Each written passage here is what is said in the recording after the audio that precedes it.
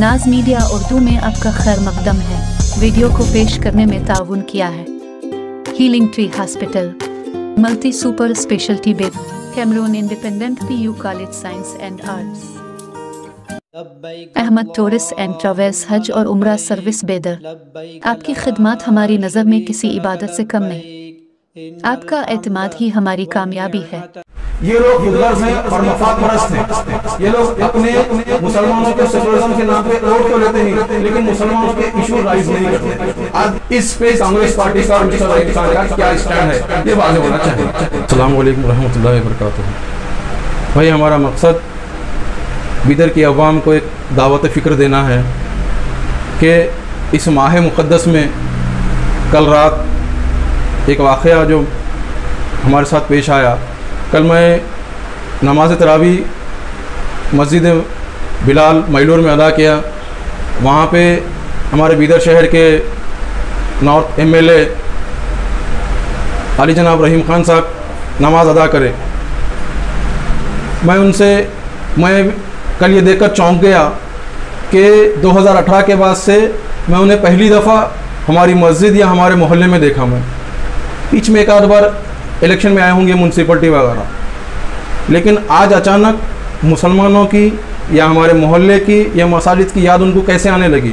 क्योंकि इस रमज़ान माह मुक़द्दस में वो लोग जगह जगह एक एक मस्जिदों में सेलेक्ट करके नमाज अदा कर रहे हैं और अहवाल पूछ रहे हैं। तो मैं उनसे एक सवाल करूँगा, मेरे दिल में ये जो सवाल थे रखने के लिए उनसे बात किया कि 2018 के बाद से जो बीच में 2 लॉकडाउन है, लोगों की तकालीफ़ को सुनने के लिए कभी वो बाहर नहीं है, या ये मस्जिद कमेटियों को या अपने हवारियों को उसका इस्तेमाल नहीं करें कि जाओ लोगों के अहवाल पूछो, उनकी क्या तकलीफ़ें हैं, मैं दूर करूँगा, ऐसा कुछ नहीं करें। फिर भी बहरहाल कल जब यहाँ बैठकर वो लोगों से जायज़ा ले रहे थे और अपने सो कॉल्ड डेवलपमेंट, मैं तो कहूँगा development, fake development on percentage, इन अपने डेवलपमेंट की वाहवाही लेते बातें सुनाते बैठे थे। मैंने उनसे चंद गुजारिशात सवालात की जिस पर उन्होंने कोई जवाब नहीं दिया। आए माए शाए टाल मटोल का मुजाहरा करें, जिसमें मेरा पहला सवाल था कि कर्नाटक के इन हालात, आज के जो हालात हो गए हैं, उसके ज़िम्मेदार कौन है? और कांग्रेस पार्टी ख़ास करके हमारे बिदर के MLA रहीम खान साहब, मैंने मास मीडिया के और तकरीबन चैनल्स के माध्यम से सुना था कि वो हिजाब के इशू पे असम्बली में ला देंगे बोल के। तो मैंने उनसे पहला सवाल यही किया, क्या साहब आपने हिजाब के मसले पर बात की क्या असम्बली में? उन्होंने उसका कोई खुल के जवाब नहीं दिया। बोले हमने मेमोरेंडम दिया, हम फलां करें, ये करें, वो करें। मैं कहता हूँ कि भाई, हम मेमोरेंडम को देने के लिए कोई संगठन के अदमीन तो नहीं है कि एक संगठन वाले हैं, मेमोरेंडम दिए, काम चल गया। आप एक इलेक्टेड MLA हैं, आप असम्बली में अपनी आवाज़ राइज करते हैं तो वो इशू ऑन रिकॉर्ड होता है और उस पर गौर होता है, सारी दुनिया में उस पर चर्चा होता है।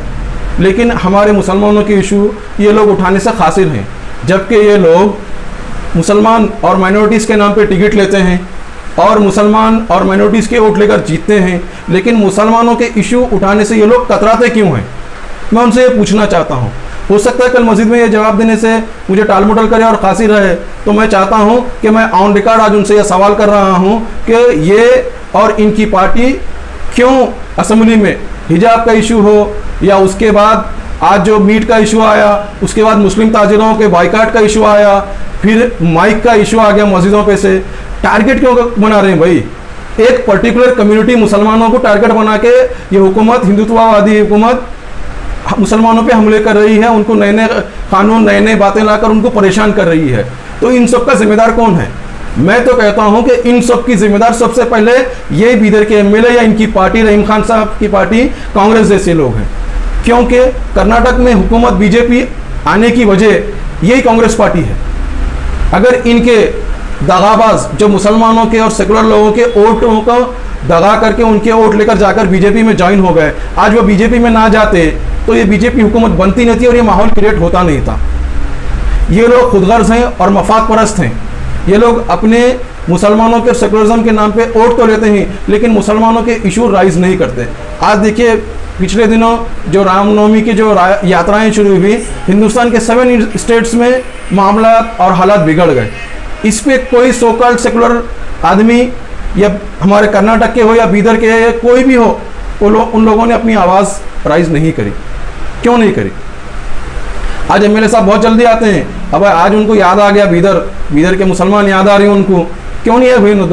दो लॉकडाउन गुजर गए, तकलीफ से गुजरे लोग, ऐसे बहुत से इशू हैं। इन्हों अपने आप को मिस्टर डेवलपमेंट बोलते हैं, मैं दवाखाना बना दिया, मैं 200 करोड़ लाया। इनके 200 करोड़ का भांडा फुटता, आप सिविल हॉस्पिटल जाके देख लो।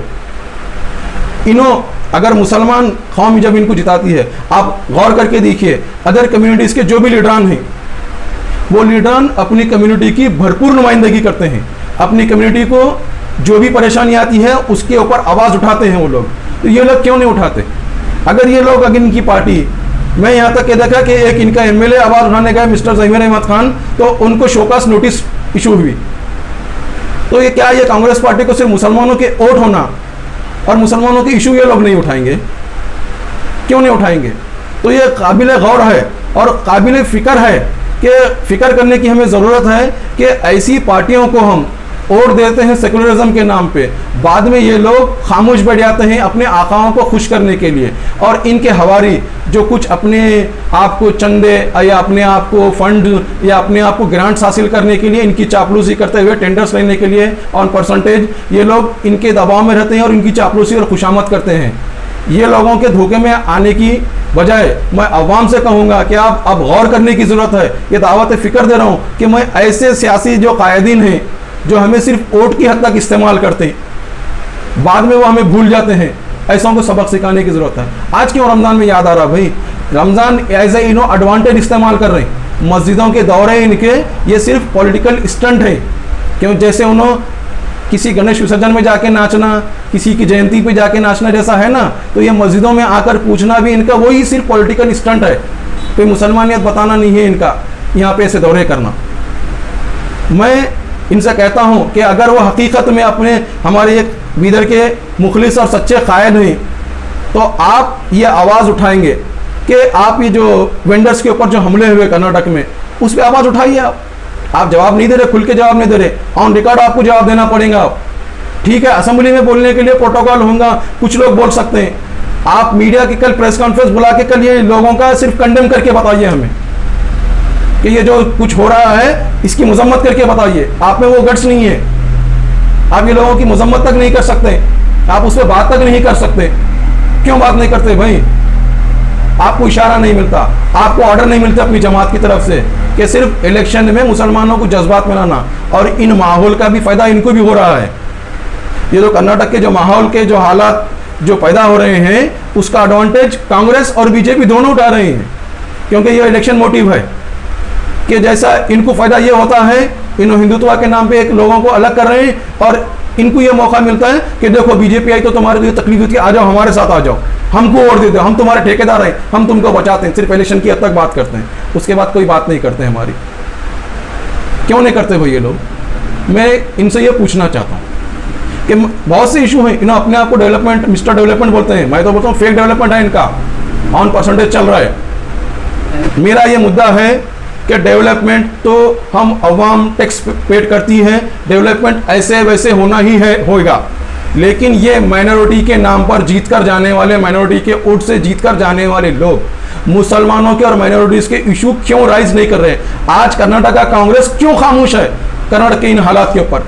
मुझे जवाब चाहिए। और मैं खास करके, क्योंकि मैं बीदर से ताल्लुक़ रखता हूँ, मुझे पूरे कर्नाटका की या सिद्धरामैया डीके शिवकुमार से सवाल करने का मैं नहीं चाहता। मैं सवाल करूँगा सिर्फ मिस्टर रहीम खान से, क्योंकि मैं भी खुद उनका एक वोटर हूँ, मैंने भी उनको वोट किया है, मैं हक से उनको सवाल पूछ रहा हूँ। और क्यों कल टाल मटोल कर दिया उन्होंने, आय शेयर करके वापस चले गए, आज मुझे उनको जवाब देना होगा और ऑन रिकॉर्ड। बीदर में ऐसा, खास करके मैं मैलूर की बात करूँगा, मैलूर में बहुत डेवलपमेंट की बात कर रहे हैं। खबरिस्तान है, खबरिस्तान की ज़मीन के ऊपर बाजू इनकी या इनके पार्टनर्स की किसी की ज़मीन है, तो खबरिस्तान की भी ज़मीन उसमें आती है, काबिज़ बैठे हैं, उसका कुछ नहीं, वो ज़मीन वापस देना चाहिए खबरिस्तान को। मौलाना आज़ाद स्कूल मैलूर को अलॉट हुआ बोल के बोले 2 करोड़ रुपये आए, फला, खाली हवा में बातें हो रहे हैं, स्कूल नहीं है। मौलाना आज़ाद इंग्लिश मीडियम स्कूल आ रहा है बोल के बोले, ना बिल्डिंग है, ना स्टाफ है, ना कुछ है मैलूर में। कहाँ का डेवलपमेंट? इन्हों अपने आप को डेवलपमेंट बहुत बोलते हैं, करोड़ रुपए, 100 करोड़ आया, 1000 करोड़ रुपए लाया, खाली बातें हैं इनकी। ठीक है, इन्हों ला रहे भी होंगे, क्या कर रहे हैं कि वला अलम। मेरा आज का इशू है, आज जो कर्नाटका के हालात जो बद से बदतर हो गए हैं, इस पे कांग्रेस पार्टी का और मिस्टर रहीम खान का क्या स्टैंड है, ये वाज़ेह होना चाहिए। मैं वो सवाल करने के लिए आज बुलाया हूँ।